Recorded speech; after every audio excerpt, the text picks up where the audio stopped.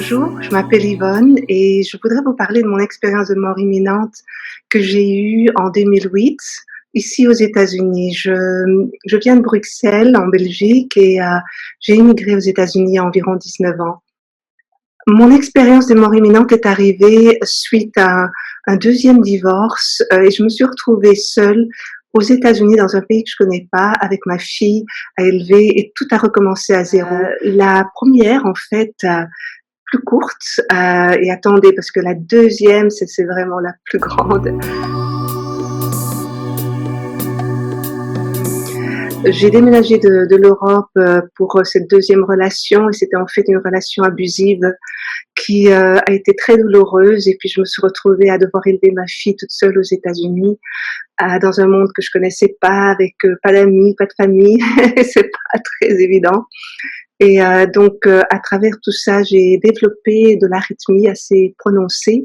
Donc, pour ceux qui savent pas ce que c'est l'arythmie, c'est le cœur qui s'emballe, mais d'une façon qu'on peut pas contrôler. On a l'impression que le cœur va éclater et on va mourir, quoi. Et donc, j'ai été voir un cardiologue et là, qui m'a donné en fait des médicaments.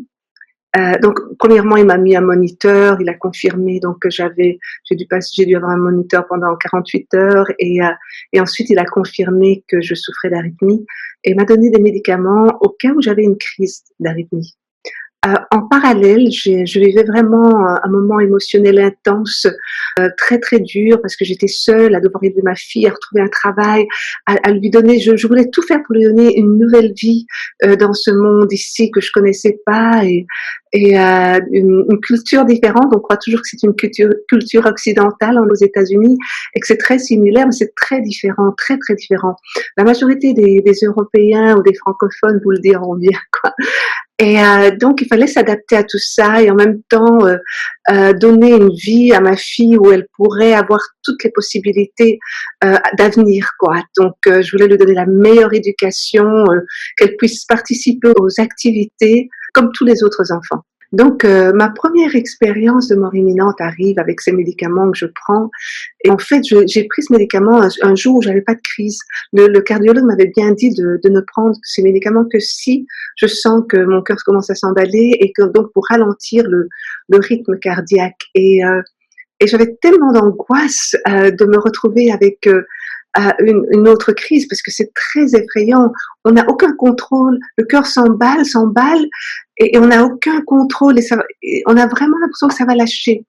Et donc parfois donc j'avais ces craintes-là et j'ai pris le médicament pour m'assurer que j'aurais pas de crise. Donc c'était comme une overdose inconsciente, je veux dire, que je ne voulais pas provoquer, mais qui était en fait qui est arrivée. Donc la première expérience, je suis là, donc je suis en train de lire et je suis au lit et je ferme donc mon livre et je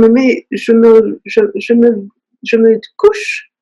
Et dès que ma tête touche l'oreiller, je me vois au-dessus de mon lit en train de regarder mon corps inerte. Pendant que je me regarde mon corps inerte, je vois aussi au bout de mon lit deux êtres de lumière très très grands et très très beaux. On aurait dit un clone l'un de l'autre. Ils étaient semblables à 100%. Ils se ressemblaient. Ils avaient une longue robe blanche de lumière, des cheveux courts, blond blanc. Leur peau, c'était comme de la lumière. Il n'y avait pas une couleur principale. C'était que de la lumière. Mais ils étaient très beaux et très puissants, très calmes, mais remplis d'amour et d'une sérénité à toute épreuve puissante. On aurait dit que rien qui existe dans ce monde ou dans l'autre monde ne pouvait m'arriver si eux étaient avec moi. C'était une force puissante et céleste en fait. Et derrière eux, il y avait comme un vaisseau de lumière qui était ouvert.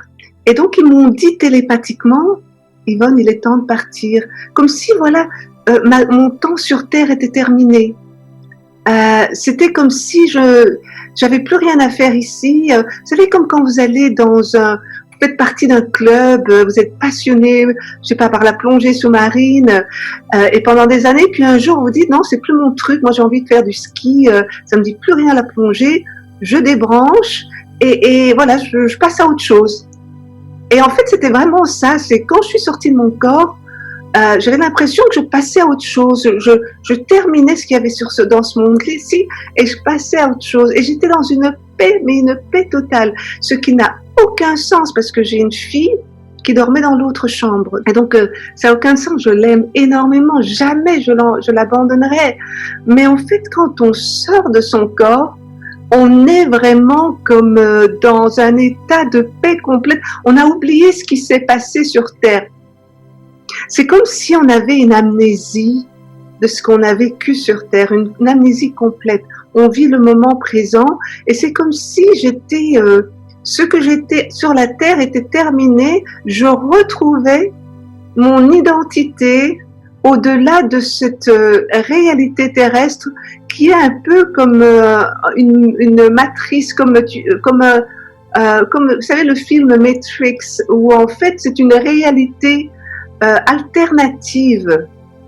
Mais quand on sort de son corps, on devient vraiment qui on est vraiment. On n'a plus les peurs, on a une paix sereine. Et c'est vraiment ça que je vivais. Et je dois vous avouer qu'avant que j'ai eu cette expérience-là, pendant les 2-3 semaines avant, je savais que j'allais mourir. J'avais une certitude complète, mais j'avais aussi une paix totale de cette. J'avais même téléphoné à ma sœur en Belgique et je lui avais dit, Mimi, je crois que je vais mourir bientôt et je sais pas pourquoi, j'ai une paix totale. Et ne t'inquiète pas si je meurs. Alors que c'était ridicule de dire ça parce que si on dit ça à un membre de notre famille, je vais mourir, ne t'inquiète pas, tout va bien. On se pose des questions, quoi. Mais j'avais reçu vraiment de l'autre monde, du ciel, comme une paix qui surpasse toute compréhension terrestre. On m'avait déjà donné la paix pour l'expérience que j'allais vivre. Et donc, voilà, je suis là et ces deux êtres de lumière me disent, Yvonne, il est temps, on y va. Télépathiquement. Il n'y avait rien au niveau physique, il n'y avait pas les lèvres qui parlaient. C'était vraiment, Yvonne, on y va. Il est temps de partir. Et je leur dis, oui, d'accord. Parce qu'il faut savoir que dans ce monde-là, dans le monde de l'au-delà, dans le monde du ciel, si vous voulez, c'est pas comme sur la terre où on est toujours en train de débattre. Oui, est-ce que c'est vrai, est-ce que c'est pas vrai, est-ce que je veux y aller, est-ce que je veux pas y aller, parce qu'en fait, on a vécu tellement de souffrances sur terre, et puis on s'est forgé une identité aussi, un raisonnement. Mais dans l'au-delà, quand il y a un être plus puissant que vous, plus élevé, plus avancé, qui vient vous parler, vous avez une confiance totale que ce qu'ils vous disent, quand les anges vous parlent, les êtres de lumière, les anges, les êtres célestes vous parlent, vous savez qu'ils ont vraiment la meilleure intention à votre égard. Ils vous veulent le bien et il n'y a aucun mal en eux pour vous. Ils sont tellement avancés spirituellement que vous savez que vous pouvez leur faire une confiance totale. Il y a encore du chemin pour vous à faire avant d'arriver à cet état, à ce niveau spirituel. Et donc je leur dis tout simplement d'accord. Je dis d'accord, on y va. Et je me mets entre eux deux. Et on entre dans ce vaisseau de lumière, ce vaisseau céleste et de lumière, et on entre là-dedans ensemble. Le vaisseau se referme et ensemble, en une seconde, et quand je dis une seconde, c'est vraiment une seconde. En une seconde, on traverse l'univers. Et s'il vous plaît, j'espère que vous ne me prenez pas pour une folle parce que je suis quelqu'un de très sensé, de très équilibré, qui réfléchit énormément. Je travaille dans un monde informatique. J'ai travaillé dans la diplomatie dans le passé. J'ai travaillé auprès de l'Union européenne en Europe. J'ai travaillé en diplomatie publique et là maintenant dans une entreprise informatique. J'ai vraiment les pieds sur terre. C'est pas, je suis quelqu'un de très équilibré. J'ai élevé ma fille complètement bien. Mais quand je raconte cette histoire, ça m'est vraiment arrivé. Et donc, on est dans ce vaisseau de lumière. Et en fait, ces deux êtres sont à côté de moi. Je suis au milieu d'eux et on traverse l'univers. Mais quand on traverse l'univers, je sais qu'avec eux, quand je suis entre ces deux êtres de lumière, il n'y a rien qui peut m'arriver. Je traversais cet univers avec ces êtres de lumière, ces anges, ils étaient comme des soldats célestes. C'était comme des gens qui venaient, c'était des soldats qui venaient m'escorter. Vous savez, comme vous voyez à la télévision, les ministres ou les rois, les présidents, ils sont toujours escortés. Et on voit que ces soldats, ils sont vraiment concentrés sur leur mission. Ils regardent ni à droite ni à gauche. Il n'y a que leur mission qui compte. Et ces êtres de lumière-là, ces anges, ces soldats célestes, ils ne communiquaient pas du tout avec moi. Mais en fait, ils n'avaient qu'une mission. Et leur mission, c'était la mission qui venait de, moi je dis, qui venait de Dieu, qui venait du Créateur. D'autres vont appeler ça la source de toute chose, le Créateur. Moi, j'appelle Dieu. C'était vraiment des envoyés, des soldats de Dieu qui venaient pour m'accompagner. Et en fait, leur seule mission, c'était de venir me chercher et de me conduire à un endroit précis. Et pendant ce temps-là, je savais qu'il n'y avait rien qui pouvait m'arriver. Rien. Parce que la puissance qu'ils avaient, c'était la plus grande puissance qui existe dans l'univers et partout, dans tous les mondes, dans toutes les réalités. Parce qu'ils étaient envoyés de la divinité, du divin, du Dieu puissant, du créateur de toutes choses. Et donc, en une seconde, et quand je dis une seconde, c'est vraiment une seconde. En une seconde, on a traversé l'univers et on s'est retrouvés, on est arrivé, je me vois encore arriver dans un monde de lumière. Tout était lumineux. Toutes les structures étaient magnifiques. Il n'y avait que de la lumière. C'est comme si vous voyez une structure, mais l'intérieur était fait de lumière. C'était comme si c'était de la lumière solide. Et cette solidité, c'était représentait tout ce qui était autour. Donc, on est entré dans cet espace de lumière. Et quand on est entré dans cet espace de lumière, il y avait environ une vingtaine d'êtres de lumière qui m'attendaient. Et ils étaient magnifiques, ils étaient tous faits de lumière. Vous savez, sur la terre, on a du sang, des œufs, des muscles, des os à l'intérieur de nous. On a des nerfs, le corps est fait de nerfs, de muscles, d'os. Sur la terre, c'est notre corps humain. Mais dans ce monde-là, l'intérieur de notre être, quand on n'est plus en forme humaine, terrestre, dans ce monde-là, l'intérieur de notre corps céleste est fait de lumière. Et en fait, ces êtres de lumière étaient là et ils m'attendaient avec joie. Ils étaient impatients que j'arrive et je les voyais et ils étaient tous en train de dire « Elle est là, elle vient d'arriver, elle est là, elle est arrivée, Yvonne est là, elle est arrivée. » Et moi, pendant que je les voyais, je me disais « Mais j'arrive à la maison, je suis enfin à la maison. » C'est comme si j'étais arrivée à la maison. J'étais vraiment à la maison et je me disais « Oh là là là là !» C'était quoi ce cauchemar sur cette terre? J'avais l'impression que j'étais venue de très très loin. Vous savez, c'est comme si vous habitez dans votre pays et vous faites un voyage très très lointain pendant très très longtemps. Vous êtes missionnaire dans une région dangereuse où il y a plein d'animaux sauvages, il y a des marais, c'est marécageux, c'est très dangereux, c'est une zone dangereuse. Et vous êtes là en mission, il y a des êtres qui sont là, qui ont besoin de savoir qu'il y a un monde qui existe, qui est magnifique. Et vous êtes là en mission, très très loin, pendant très longtemps, pendant 20 ans. Et à un moment donné, il y a un avion qui vient, c'est une île, vous ne pouvez pas partir de là. Et à un moment donné, il y a un avion qui vient vous chercher et qui vous dit, voilà, vous rentrez à la maison, tu rentres à la maison. Et donc, vous arrivez à la maison, et quand vous arrivez devant votre maison, toute votre famille, votre père, mère, frère, sœur, tout le monde est là en train de vous attendre et de vous accueillir. Et en fait, vous déposez vos valises, comme dit Nicole Dron, qui est une amie formidable. Et vous déposez vos bagages, vous dites, ah, je suis arrivée à la maison. Enfin. Et ben c'est ce sentiment que j'avais l'impression que je venais de très loin, que j'avais vécu temporairement dans ce monde-là et que je rentrais à la maison. et tout le monde m'entourait. Il y avait comme une célébration de mon retour. Vous savez, comme quand vous avez un anniversaire vraiment et que tout le monde est au centre de l'attention et que tout le monde est autour de vous. Il y a une effervescence, tout le monde se parle, tout le monde est enthousiaste. Eh bien, je vivais vraiment ça, quoi.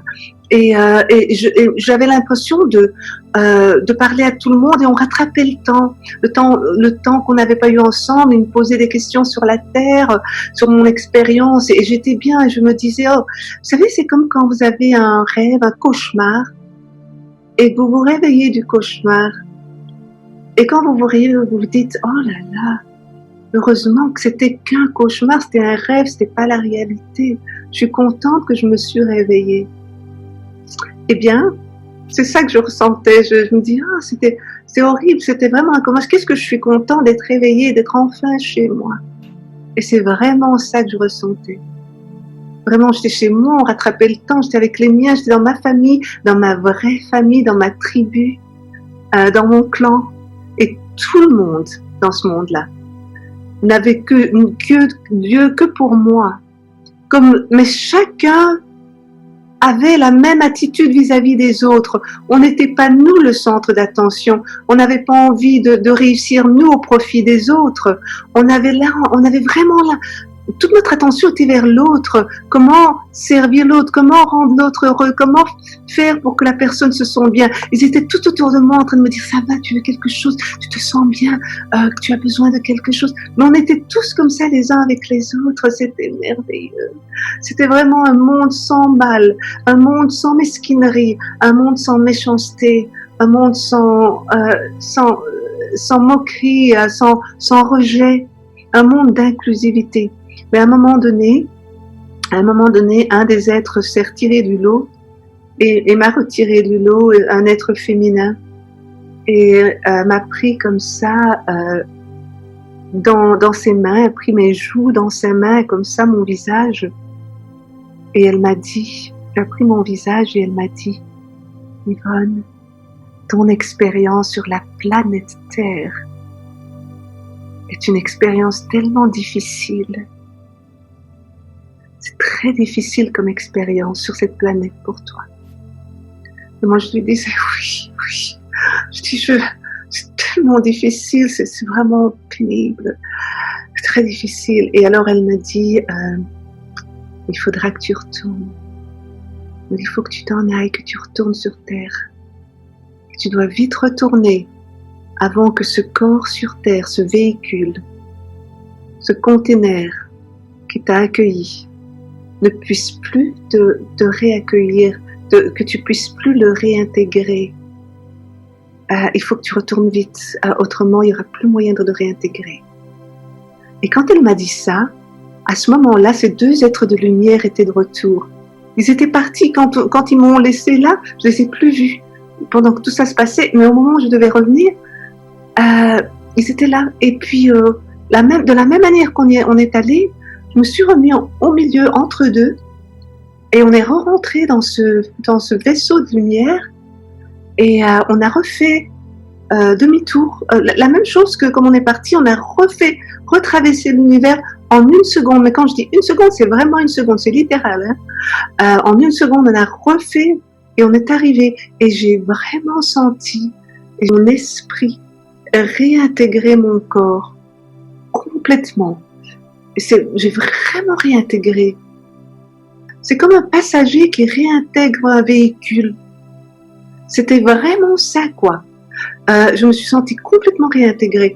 Après ça, je me suis dit, mais qu'est-ce qui t'est arrivé?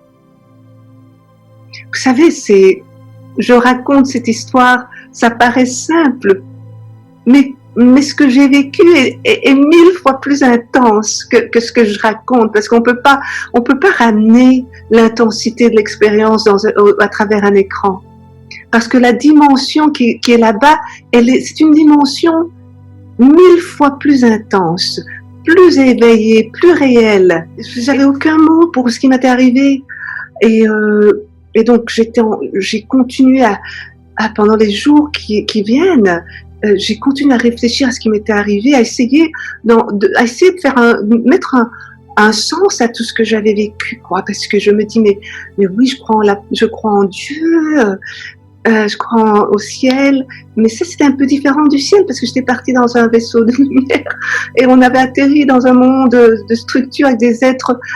C'était un peu différent, mais l'amour y était, l'amour inconditionnel, c'est ce qui était en fait le plus grand moment de ce que j'avais vécu, c'était l'amour inconditionnel de tous ces êtres qui m'aimaient avec une telle pureté, une terre inconditionnelle sans penser à eux. Ils m'aimaient pour moi. Ils m'aimaient pour ce que j'étais.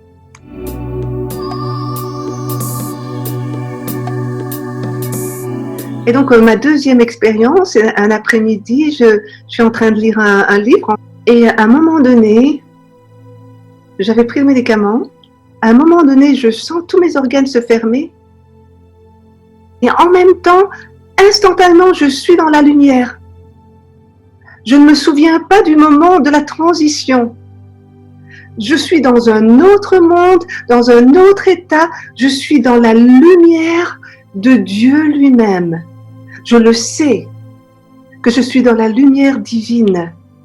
Dans ce monde-là, il n'y a pas d'hésitation, de doute, de suspicion. C'est un monde où tout ce qui est négatif a disparu. Tout est positif, tout est paisible, tout est parfait. Il n'y a que la joie, je suis dans une allégresse, je suis en train d'expérimenter l'allégresse la plus totale qu'on peut expérimenter dans toute vie, dans tout univers, dans tout monde. Je suis en train de baigner, je berce dans la lumière la plus parfaite du ciel. Et pendant que je suis dans cette lumière, je n'ai plus aucun souci. Je suis Yvonne, parfaite, qui vide, qui comprend. Je fais partie de la lumière de Dieu.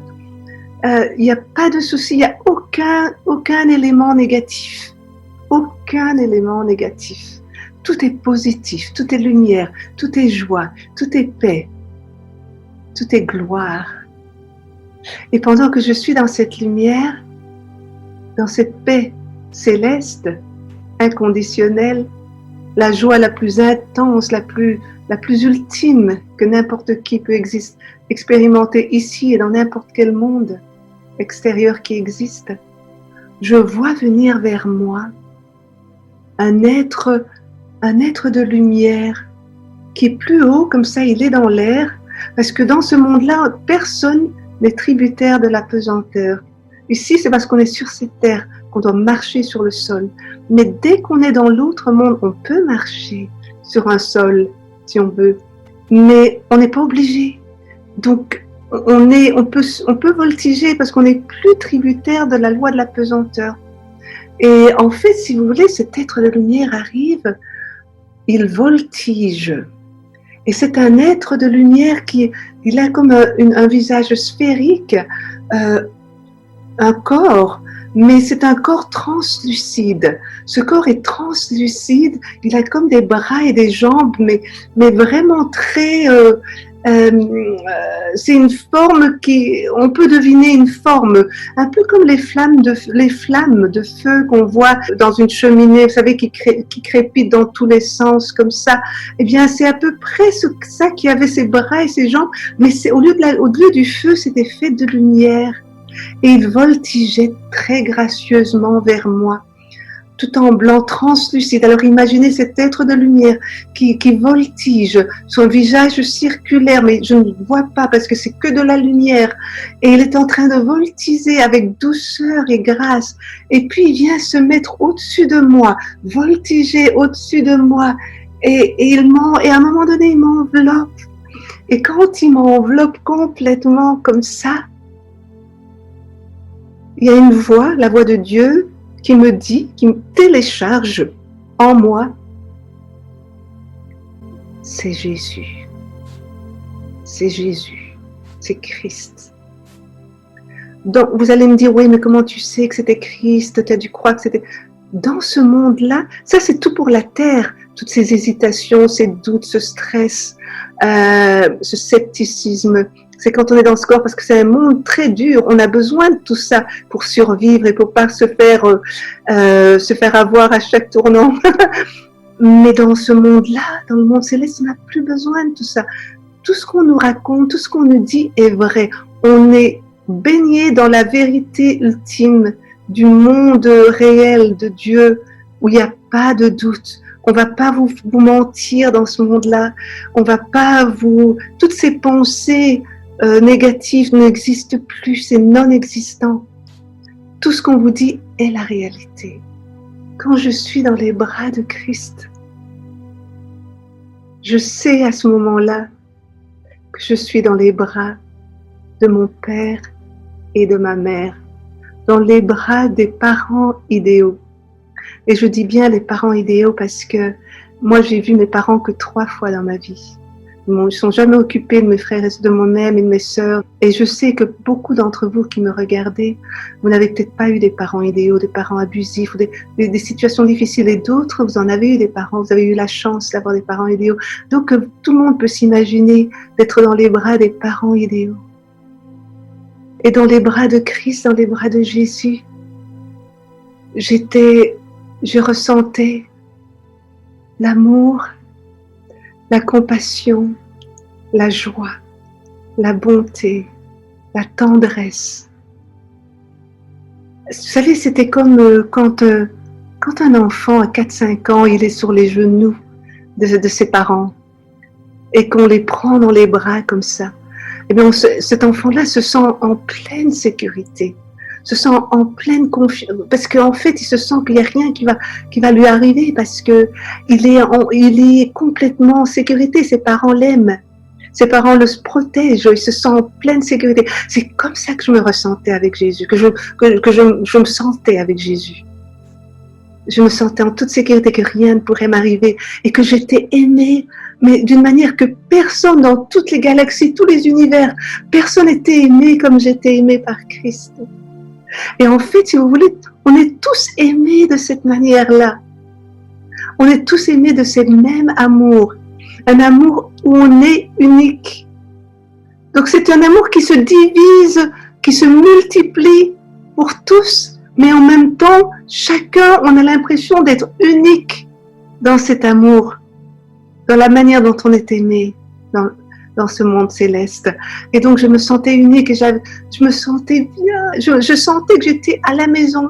Et si parfois je fais des fautes de français, c'est parce que j'ai vécu aux États-Unis depuis si longtemps, j'ai un peu perdu mon français. Mais franchement, j'étais dans cet amour de Christ et oh là là, je voulais plus quitter. Vous savez, imaginez-vous que je suis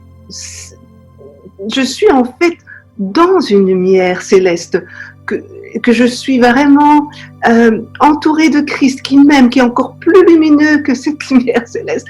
Je ne suis plus Yvonne de la terre, je suis un être de lumière moi-même et je suis dans cette liesse et dans cette joie sereine et paisible. Je me sens en toute sécurité.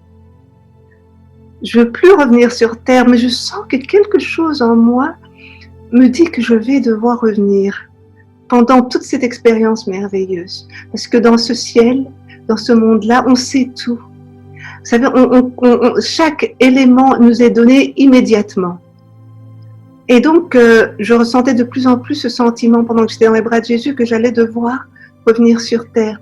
Alors, je lui ai dit, mais si tu me ramènes sur terre, si je dois retourner sur terre, à l'époque, je fréquentais vous savez, j'avais divorcé, je refaisais ma vie et donc je fréquentais quelqu'un qui, et ça marchait pas de nouveau et il était assez violent en parole, une fois de plus, et ça n'allait pas du tout. Comme j'étais dans cette foi chrétienne où en fait, en général, on prie pour demander la volonté de Dieu. Est-ce que c'est ta volonté que je sois avec cette personne? Est-ce que c'est pas ta volonté? Et souvent, on est emprisonné dans cette volonté de Dieu. Et donc, je savais pas si je devais rester ou pas. Alors, j'étais très stressée dans cette relation parce que je sentais bien que ça me rendait pas heureuse. Mais d'un autre côté, je me dis, et si c'est le cadeau de Dieu pour ma vie et qu'il va changer? Et donc, en fait, je dis à Jésus dans cette lumière, je lui dis, mais si je dois retourner sur Terre, qu'est-ce que je dois faire avec Steve? Je vais l'appeler Steve parce que je veux cacher son nom, mais donc je lui ai dit, mais qu'est-ce que je vais devoir faire avec Steve si je dois retourner sur Terre? À ce moment-là, Jésus s'est levé. De là, il est tellement lassé, il s'est détaché de moi, il est monté en l'air, là, comme ça, il est monté, et il s'est mis là, et à ce moment-là, j'ai commencé, parce que jusqu'à ce moment-là, c'était toujours cet être qui voltigeait, qui était un petit peu lumineux, comme ça, translucide. Mais quand il est monté dans l'air, il a pris une forme j'ai commencé à voir ses traits, ses yeux, et il a commencé à prendre une forme plus humaine, avec des traits humains. Et donc, il est monté là, et donc là, il avait sa robe, j'ai vu qu'il avait une robe blanche de lumière, et il est monté là, donc j'ai commencé à voir ses cheveux, son visage, et il a ouvert un grand écran. Donc, il y a un écran qui est apparu à côté de lui. Donc, il était en l'air maintenant, je le voyais là, et ce grand écran qui est apparu, encore plus lumineux. Donc, imaginez, on est toujours dans la lumière. Lui est tout illuminé, et cet écran est encore plus lumineux que la lumière. Et donc, cet écran apparaît, et sur cet écran, il y a un oui et un non, avec un petit carré. Vous savez, comme quand vous remplissez un formulaire, et vous devez dire oui ou non, et vous devez mettre un petit V sur le oui ou sur le non. Donc, ce formulaire apparaît, et il me regarde avec beaucoup de paix et de sérénité, et il me dit, il tique sur le nom, il tique sur le nom, et il me dit, mais avec un amour infini pour moi, mais aussi pour Steve. Il me dit qu'il faut dire non. Il me dit aussi qu'il a beaucoup d'amour pour Steve, parce que l'amour il nous aime inconditionnellement, de la même manière, parce que l'amour, c'est l'amour.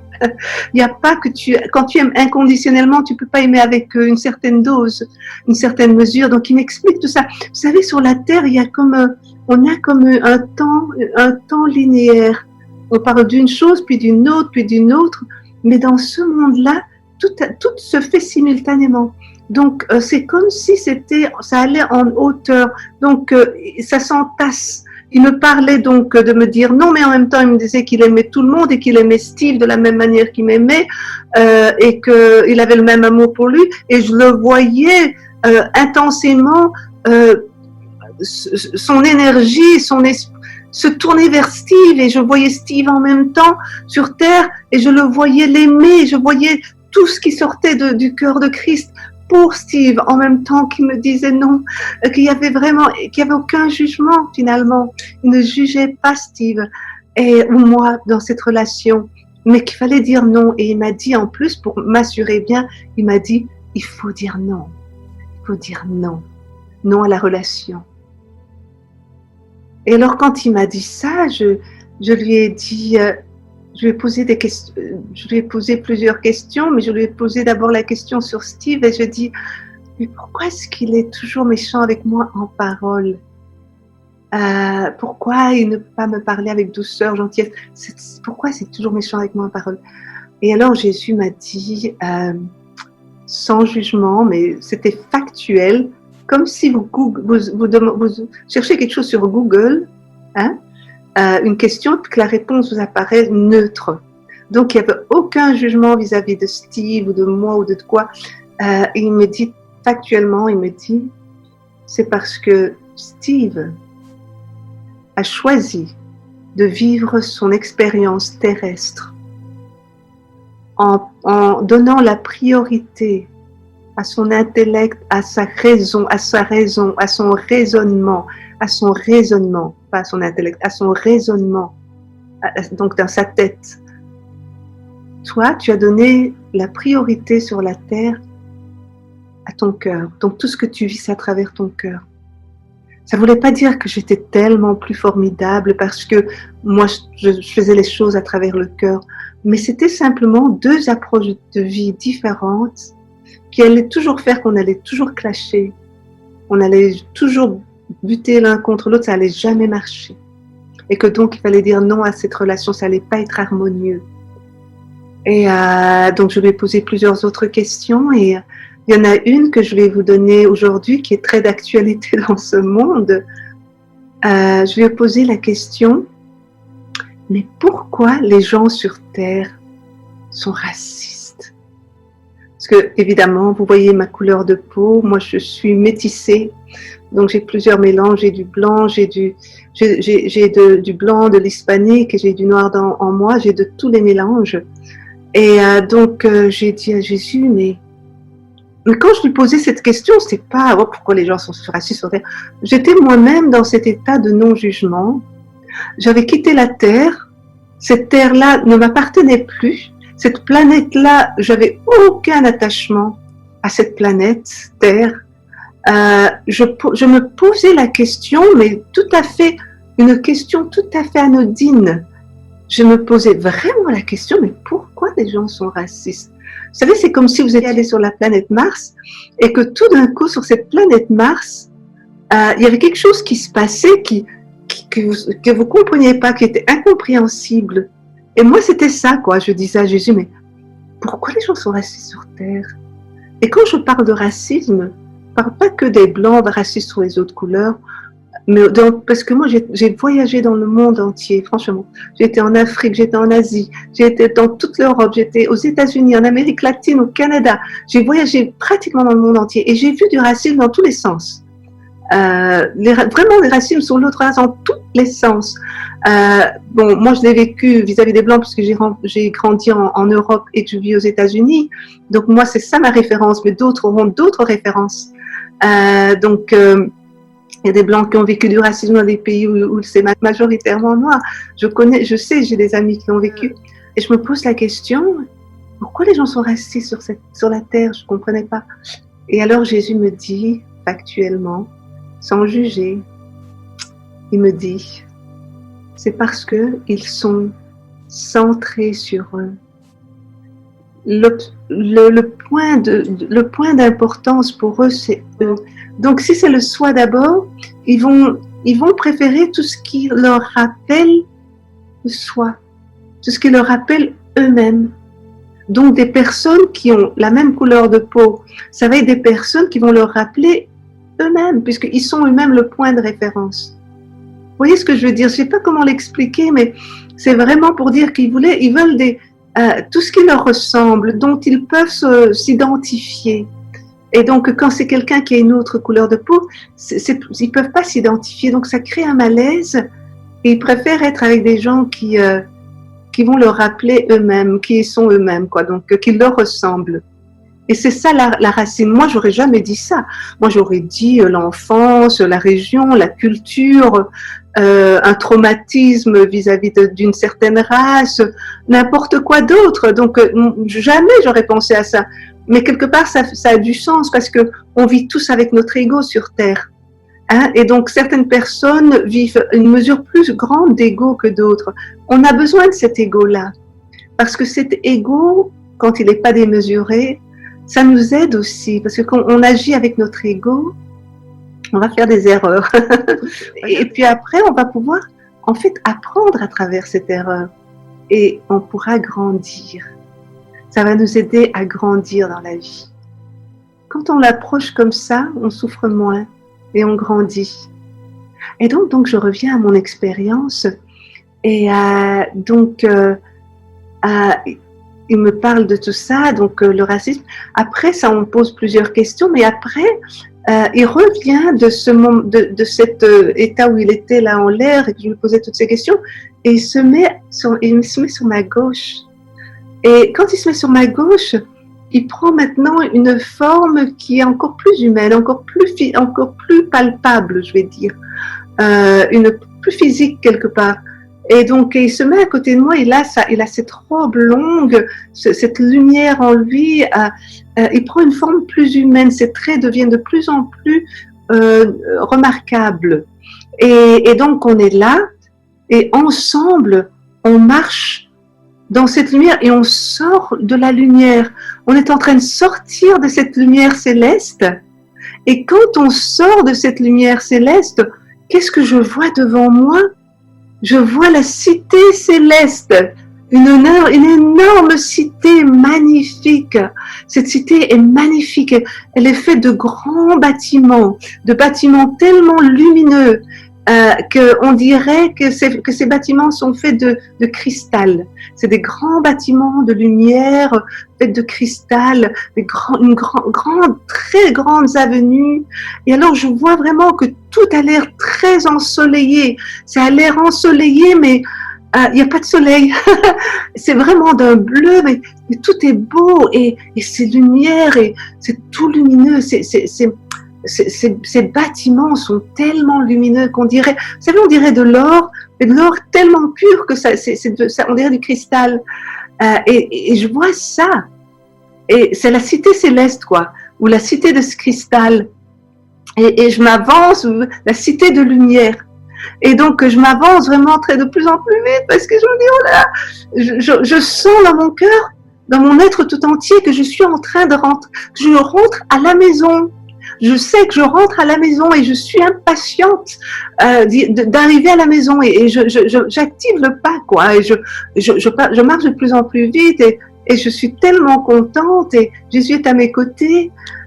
Et pendant que je marche, je sens qu'il y a des êtres qui marchent sur ma droite. Vous savez, comme quand vous marchez n'importe où dans la rue, vous sentez quand quelqu'un va arriver, vous vous retournez un peu et la personne s'avance. Eh bien, je sens ce sentiment-là.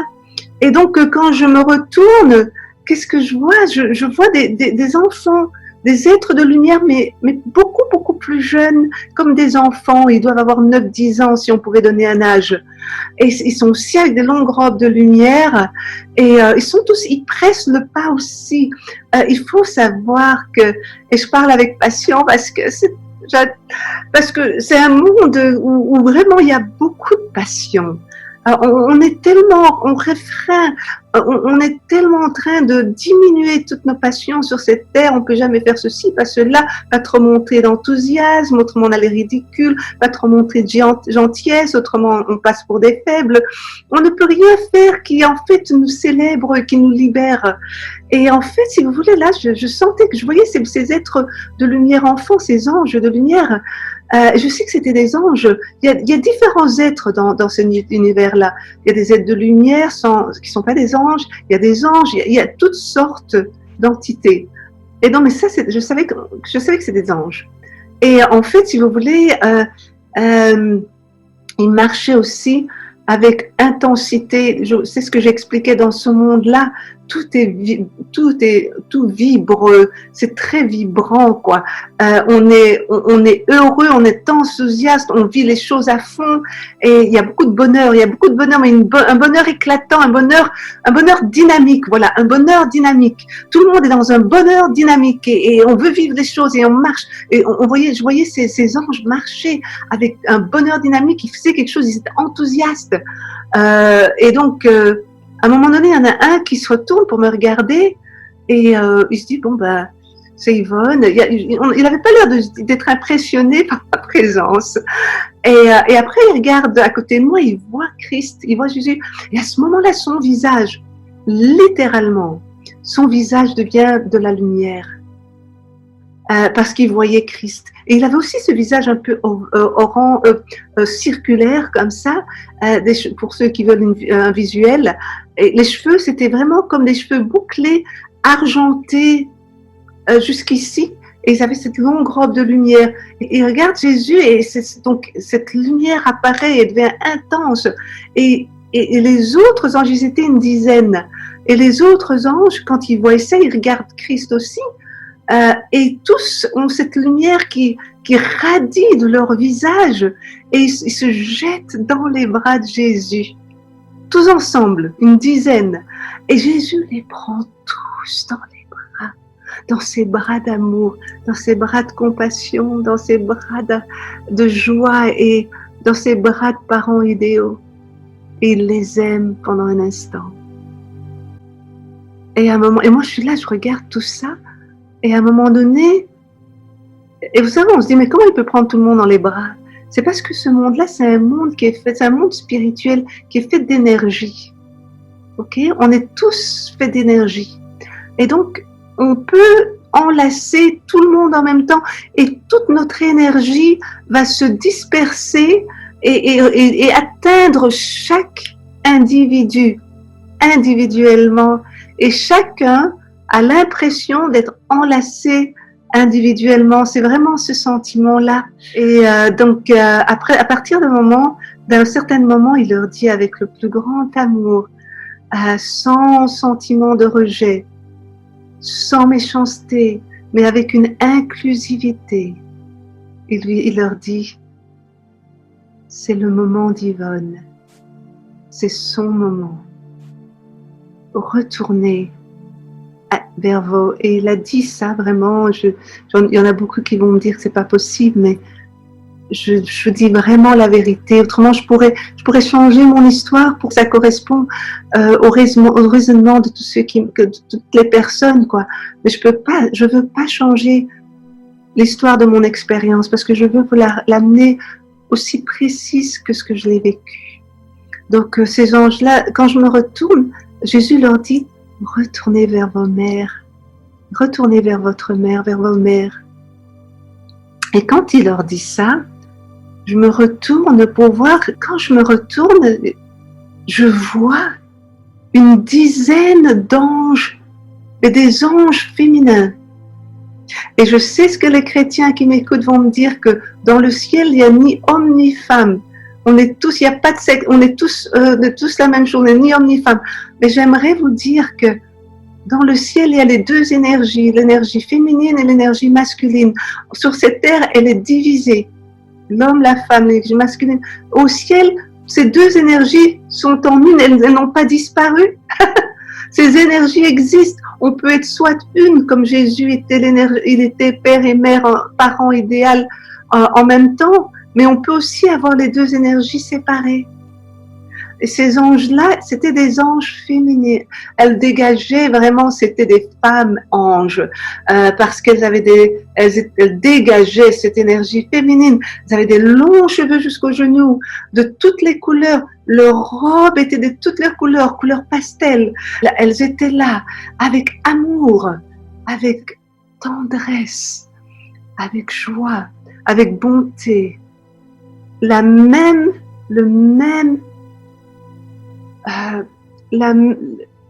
Comment je pourrais dire ça? La même énergie, le même amour que Christ avait pour moi. C'est l'amour du ciel. C'est un amour inconditionnel, mais paisible et qui a le contrôle de soi en même temps. Et elles me regardaient, mais avec révérence en même temps. Elles avaient une révérence vis-à-vis de moi. Comme si, vous savez, comme les révérences vis-à-vis des rois et des princes. Mais je ne veux pas dire que je suis une reine ou une princesse ou n'importe quoi, mais c'est parce que dans ce monde-là, tout le monde a cette même attitude les uns envers les autres. On a le respect de l'autre. On a ce respect quand on parle aux autres. On a une révérence. On voit l'autre comme plus haut que soi-même. L'autre est plus haut que soi-même et on est là pour aimer l'autre inconditionnellement, avec révérence. Et moi, je crois aussi, mais qu'il y avait en plus une plus grande révérence parce que Christ était à côté de moi, plus que parce que moi j'étais là. Je crois qu'il y avait cette révérence parce que Christ était avec moi en même temps. Elles m'ont regardé et elles m'ont dit, Yvonne, ici, tu es en toute sécurité. Ici, tu es à la maison. Tu es une des nôtres. Nous ne te ferons jamais de mal. Nous ne te ferons aucun mal. C'est ta famille. Tu es chez toi. Nous sommes un, ensemble. Nous ne te ferons jamais de mal. Tu es à la maison. J'ai eu une vie vraiment difficile sur Terre, très difficile. Vous savez, chacun a un traumatisme de vie ou 2 ou 3. Vous pouvez vous imaginer les traumatismes classiques, je les ai tous vécus sur cette terre. Et donc, j'avais vraiment vécu une grande solitude de vie. Malgré que je connaissais du monde, j'avais vécu une grande solitude. Et puisque j'avais vécu seule, j'ai dû me faire seule, quoi. Et donc, finalement, quand elle me dit ça, je voulais plus revenir sur terre. Je voulais rester au ciel, quoi. Je voulais rester avec les miens. Je veux rester dans cet amour immense. J'étais aimée parfaitement, j'étais intégrée, j'avais une famille que j'avais jamais connue sur terre. Vraiment, quoi. Voilà. Mes sœurs étaient comme moi, on n'avait jamais vécu une famille. On était 3 sœurs qui avons dû, chacune très jeune, se débrouiller pour réussir dans la vie. Et chacune de notre côté. Donc, là, j'étais à la maison, j'avais ma vraie famille. J'étais chez moi, dans un monde de lumière, au ciel, avec des anges, avec Christ, où rien ne pourrait jamais m'arriver de mal, quoi. Et je voulais plus revenir. À ce moment-là, j'ai dit à Jésus, je veux pas retourner sur terre. Ne me fais pas retourner sur terre. Je lui ai dit, ce monde sur cette terre, c'est une planète violente, planète très violente. Il y a beaucoup de gens méchants sur cette terre. Il y a beaucoup de gens violents, il y a beaucoup de gens méchants, il y a beaucoup de gens qui font le mal. La plupart des gens sont égoïstes. Ils pensent qu'à eux, ils s'en fichent des autres. Je peux pas m'identifier à ce monde-là. Ici, c'est chez moi. Je me sens à la maison, je peux m'identifier avec ce monde-ci, le monde d'amour, le monde de tolérance, le monde d'amour inconditionnel. Je suis chez moi, je veux pas rentrer, je veux pas retourner sur cette planète. Je dis, alors j'ai dit à Jésus, si tu me fais retourner, je serai au-delà de l'épuisement. Si tu me fais retourner sur cette planète violente, je pourrais pas continuer ma mission sur Terre. J'avais vraiment le sentiment que sur la Terre, c'était une mission, c'était temporaire, que c'était un voyage temporaire. J'avais une mission à faire, ou aussi une école. C'était en même temps mission et école. Je devais apprendre des choses, mais j'étais aussi en mission. C'était ce sentiment-là. Mais je lui ai dit, si tu me fais retourner, je serai au-delà de l'épuisement. Je ne vais pas pouvoir retourner. Je serai épuisée. Je ne vais pas pouvoir terminer ma course. Je ne vais pas pouvoir la terminer. Si tu me fais retourner sur Terre, je ne vais pas pouvoir la terminer. Et à ce moment-là, je pensais qu'il allait me dire, bienvenue dans le royaume de Dieu, ma fille, entre et prends possession du royaume du ciel, où tu es à la maison, comme les anges m'avaient dit. Au lieu de ça, je sentais que ça allait pas se faire, que j'allais quand même devoir revenir sur Terre. Alors j'ai essayé une dernière tentative. Et je dis, si tu sais, en plus, si tu me fais retourner sur cette terre, ce corps sur cette terre est cassé au-delà de la réparation. Je ne vais jamais pouvoir retourner dans ce corps. Je sentais aussi la compassion de Jésus. Je sentais son amour et qu'il compatissait avec moi, mais qu'il n'y avait rien à faire, il ne pouvait rien faire pour moi parce que j'avais comme une mission que j'avais acceptée. Vous savez, on existe avant de venir sur cette terre. Dieu nous a créé esprit d'abord. Et puis on vient sur la terre dans un corps humain. Mais on existe avant cette terre. On existe. Et apparemment, j'avais accepté la vie que j'avais sur terre.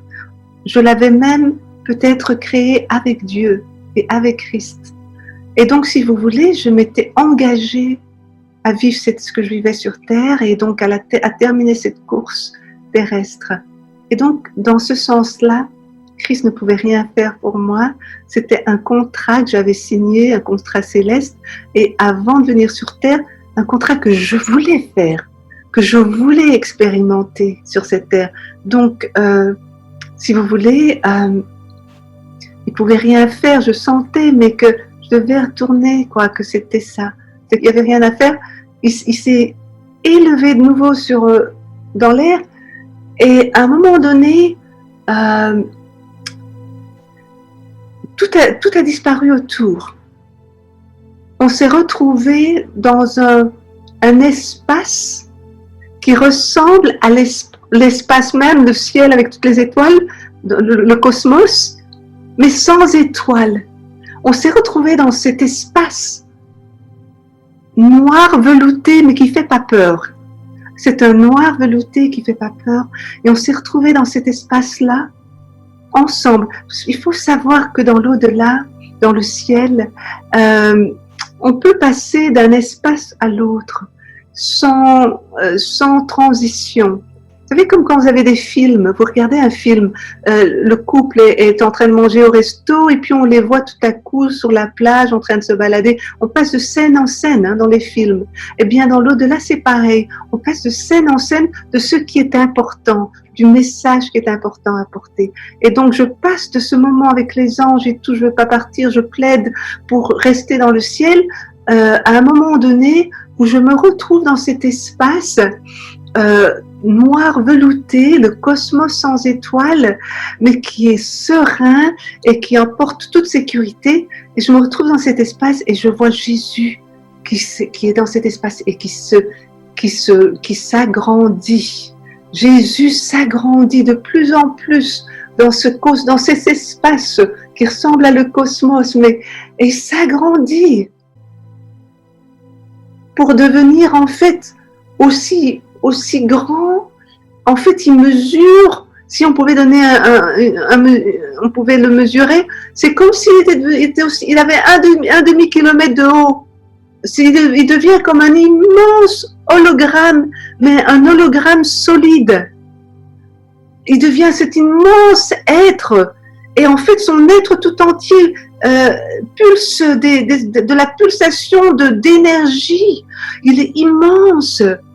Et tout son être, c'est comme s'il avait des faisceaux de lumière. Il est fait d'hologrammes de lumière, d'énergie. Et là, il n'est plus le Jésus qui m'enlace avec tendrement et tout. Il devient un être puissant, d'amour, mais de force et de puissance, comme un créateur céleste. Et il me regarde avec... j'essaie de reproduire comment il me regardait, mais c'est pas facile parce que c'est ce que j'explique, comme je le dis, c'est beaucoup plus intense. Ce qu'on a vécu, c'est 1000 fois plus intense. C'est une explication pâle comparée à la réalité. Donc, j'essaye de retranscrire, comme ça vous pouvez avoir un visuel. Mais alors, donc, Jésus me regarde avec cette puissance, avec cet amour, avec cette force, cette sécurité que rien ne peut m'arriver. Il me regarde et il me dit, Yvonne, lève ta main droite.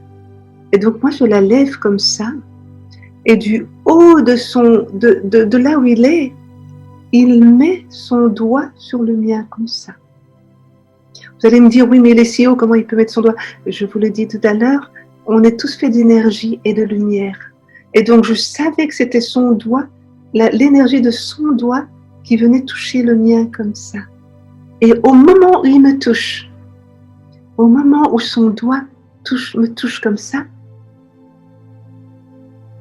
il y a soudainement, à ce moment-là, il y a comme une avalanche d'énergie lumineuse, effervescente, pétillante, sèche mais liquide en même temps. Je ne sais pas comment expliquer. C'est une lumière, ce sont des étincelles de lumière pétillante et lumineuse qui en fait envahit mon être tout entier, qui se déverse à l'intérieur de mon être tout entier. Et je ressens que dans mon esprit et simultanément dans mon être sur la terre, je ressens en fait, toute cette lumière. J'ai oublié de dire que quand Jésus me disait, avait mis son doigt et qu'il me dit, Yvonne, j'ai oublié de dire ça. Quand il m'a fait ça, il m'a dit, Yvonne, je te donne ma force et je te donne ma puissance. Je te donne mon énergie de vie. Et à ce moment-là, il y a eu cette étincelle, comme j'expliquais, cette énergie puissante, cette étincelle, c'était toutes des étincelles lumineuses, liquides, c'était vraiment ça, c'était un liquide effervescent, solide, de lumière, pétillant, blanc, doré. Cette énergie pétillante pénétrait mes os, pénétrait mes nerfs, mes muscles, les sangs, tout. C'était comme si toute cette énergie remplissait mon ADN complet. Tout ce qui faisait Yvonne était complètement investi de cette lumière de Christ. Après que toute cette énergie est venue en moi, de vie et de lumière, il est revenu et il s'est remis vers moi. Il m'a enlacé de tout son amour. Il m'a enlacé avec amour. Il m'a enlacé avec tendresse. Comme une mère, un père chérit son enfant, son premier-né. Il m'a enlacé de cette manière-là. Et il m'a dit, j'aime l'humanité. J'aime tout le monde. J'aime tout être. J'aime tout être, toute humanité, tout ce qui existe. J'aime tous mes enfants. Je les aime tous. Il n'y a pas un élitisme. Souvent, il y a cet élitisme. Parce que je crois en Christ, je suis l'unique. Christ aime tout être humain. Il aime toute personne. Il aime tout ce qui existe, que ce soit les êtres humains, que ce soit la nature qui a été créée. Le monde a été créé avec un amour inconditionnel. Par amour, tout a été créé, mais pas seulement ce monde-ci, les galaxies, les dimensions que nous, on n'est même pas consciente qui existent, mais qui existent. Il y a un monde, il y a un vaste monde qui existe au-delà de ce qu'on voit sur cette terre. Il y a un vaste monde fait de toute autre vie, d'être de lumière qui vit ailleurs, mais il y a même des mondes beaucoup meilleurs que ce monde sur Terre, avec des êtres qui ont déjà vécu une maturité spirituelle et qui sont en connexion directe avec Dieu parce ils marchent, toute la planète marche avec l'amour de l'autre, l'amour du prochain. Mais ça, ce serait une autre fois que je pourrais vous l'expliquer. Et donc, en fait, après qu'il a dit ça, je me suis dit, mais oui, tu es Christ, tu es Jésus, tu es venu sur terre pour nous montrer l'amour divin, pour nous montrer comment aimer comme Dieu nous aime. Tu es venu pour nous. Et pour nous montrer cet exemple de l'amour inconditionnel et que quand on accepte cet amour, quand on accepte l'amour inconditionnel de Dieu, on est transformé. On devient des personnes qui guérissent intérieurement. Et avec cette guérison, on peut, en fait, quand on guérit, on peut devenir des personnes meilleures vis-à-vis des autres parce que nos blessures guérissent. Je dis, c'est normal que tu aimes tout le monde. Alors il m'a dit, je vais te montrer comment j'aime. Je vais te montrer comment j'aime. Et quand il m'a dit ça, il a pris mon cœur. Et l'essence même de qui Yvonne est. Pas Yvonne l'humaine terrestre, mais Yvonne, l'esprit céleste Yvonne, qui est dans l'au-delà, celle qui était là. Il a pris mon essence même et il a fusionné mon cœur avec le sien. Il a fusionné l'essence même d'Yvonne avec son essence même. Comme il a dit quand il était sur terre, il a dit à Dieu, Père, qu'il soit un comme toi et moi. Nous sommes un. J'ai ressenti cette unité avec Christ qu'il avait avec Dieu. J'ai ressenti cette unité, j'ai été un avec Christ. Et il a permis que je sois un avec lui pour que je vive pleinement, intensément, ce que ça signifie d'aimer inconditionnellement tout être humain, quelle que soit la religion, quelle que soit la race, quel que soit son statut social, sa vie. Et Christ me disait dans cette gloire-là qu'il aimait toutes choses. Mais quand j'ai fusionné avec Christ, c'est comme s'il me montrait à travers son cœur que je devenais un avec Christ. Et je pouvais être, je n'ai pas dit que j'étais Christ, mais j'étais comme Christ pendant un instant pour que je puisse vivre que je puisse comprendre l'immensité de son amour pour toutes les planètes, pour toutes les dimensions, pour toute l'existence. Et je sentais comme des milliards d'explosions d'amour, des milliards d'explosions de joie, des milliards d'explosions de compassion, d'amour inconditionnel, de tendresse pour tout ce qui existe. C'était comme des énergies qui étaient enlacées ensemble. Tout ce qui vivait, des gens qui souffrent dans ce monde, tout était compris, tout était aimé. J'ai du mal à exprimer ce que j'ai vraiment vécu parce qu'il n'y a pas d'autre mot humain qui en fait se réfère, qui se rapproche de ce que j'ai vécu, parce que c'est quelque chose de non humain, il n'est pas humain ce que j'ai vécu, c'est quelque chose de spirituel, de céleste, donc qui n'existe pas dans ce monde, mais j'étais une avec Christ. Et après ce moment merveilleux, pendant que j'étais avec elle, je pouvais sentir que d'autres mondes existaient, d'autres vies existaient dans d'autres mondes. Et j'étais dans cette lumière, j'étais dans la lumière de Dieu lui-même. Christ m'avait transporté dans la lumière de Dieu, le Créateur. Il m'avait transporté dans la lumière du Créateur lui-même, quoi. Et donc voilà, après ça, on s'est détaché, on a défusionné, si on peut dire, et je sentais dans mon cœur qu'il était temps que je rentre sur la terre, que c'était fini, mon temps au ciel était terminé et qu'il fallait que je rentre à la maison. Et quand j'ai senti ça, j'ai senti mon esprit descendre de l'au-delà, dépasser des différentes dimensions d'existence, de vie, de monde. Et j'ai réintégré mon corps, comme je disais tout à l'heure, comme un passager qui réintègre un véhicule cabossé en mauvais état, si on peut, mais j'ai réintégré. Je me suis dit, mais ma belle, ma petite, qu'est-ce que tu as vécu? Tu es allé dans l'au-delà, tu es allé dans le ciel. Tu as vécu dans ce ciel, dans ce monde. Tu as vécu quelque chose de merveilleux. Mais vous savez, quand on vit quelque chose, ces deux expériences que j'ai vécues, quand on les vit, c'est pas que les expériences qu'on a vécues. On est complètement transformé.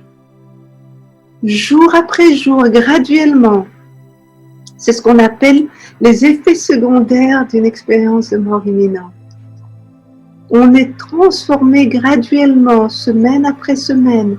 Nos yeux s'ouvrent.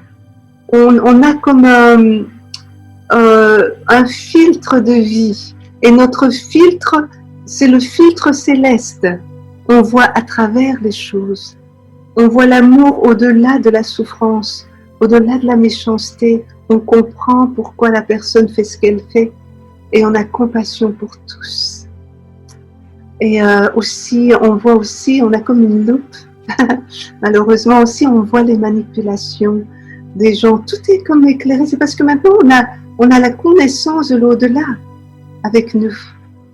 Et c'est en même temps une bénédiction et un malheur, parce que on est devenu on ressent tellement les choses, on ressent le cœur, on ressent la pensée des gens, on ressent la détresse des gens aussi. Ça, c'est formidable, parce que là, on peut les aider. On revient en fait et on ne peut plus supporter le mal, on ne peut plus supporter le manque d'amour. Et ça, c'est un grand point, parce que pour les gens qui ont une expérience de mort imminente et qui sont allés dans l'au-delà, ils ont vu. Et c'est vrai que nos livres religieux, pour moi, c'était la Bible, c'est la Bible. Pour d'autres, ce sera un autre livre religieux. C'est aussi notre mode d'emploi pour cette vie, mais je dois avouer qu'il y a aussi l'au-delà, le ciel, et ça c'est encore, c'est en fait le niveau supérieur. C'est après la terre, voilà ce qui se passe. Et c'est pas toujours comme les manuels l'ont expliqué. C'est beaucoup mieux, c'est beaucoup plus rempli d'amour, c'est beaucoup plus compassion, il y a beaucoup plus de compassion, il y a beaucoup plus de joie, il y a moins de condamnation, il y a moins de culpabilité, il y a moins de souffrance, c'est tout que de la joie, c'est tout que du bonheur. Et c'est pour ça que je vous encourage, en terminant mon témoignage ici, à être bon. Soyez bons l'un envers l'autre. Parce que ce monde-là, c'est un monde qui va mesurer le bien qu'on a fait. On est ici à l'école de l'amour. Et tout ce qu'on fait par amour, avec la base d'amour, on peut être sûr qu'on est dans la bonne direction. On est vraiment dans le bon. Et on le sait bien tous, on a tous dans notre cœur un compas. On a tous dans notre cœur un baromètre. Eh bien, ce petit baromètre, c'est ce qui nous permet de continuer à marcher et à devenir des meilleures personnes. On peut écouter ce baromètre et se transformer. Eh bien voilà, donc je vous souhaite vraiment de marcher dans l'amour, d'être bon vis-à-vis de l'autre, aimer et servir. Quand on arrive à faire ça, on accomplit notre mission. Si vous m'écoutez, j'espère que je vous ai encouragé et allez dans le monde, partagez cet amour. Quel que soit ce que vous traversez en ce moment difficile, je suis sûre qu'il y en a qui traversent des moments difficiles, il y en a qui sont découragés, il y en a qui ont perdu leur être cher et qui souffrent, qui sont dans la détresse. Il y en a qui sont dans des situations désespérées, d'autres sont dans le bonheur. À toute personne qui m'écoute, sachez qu'il y a une vie après celle-ci.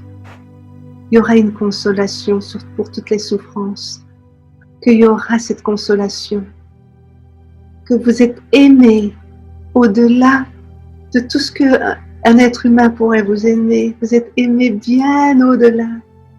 Il y a un amour immense qui vous attend. Il y a une famille qui vous regarde du ciel et qui est vraiment en train de vous applaudir à chaque fois que vous faites quelque chose de bien. Il y a une famille céleste qui est fière de ce que vous faites, même le plus petit détail. Vous vous dites souvent, mais qu'est-ce que moi je fais? Je suis minable, je suis rien, j'ai rien réussi, regarde celui-là. Non, non.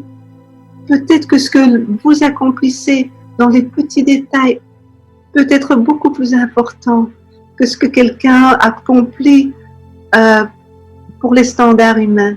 C'est l'inverse de ce monde. Ce sont les petits gestes qui comptent le plus au ciel. Les petits gestes d'amour qui comptent le plus au ciel. J'ai fait ce petit geste d'amour en faisant cette vidéo et j'espère que vous l'avez accepté avec amour et que vous allez pouvoir la partager à d'autres personnes.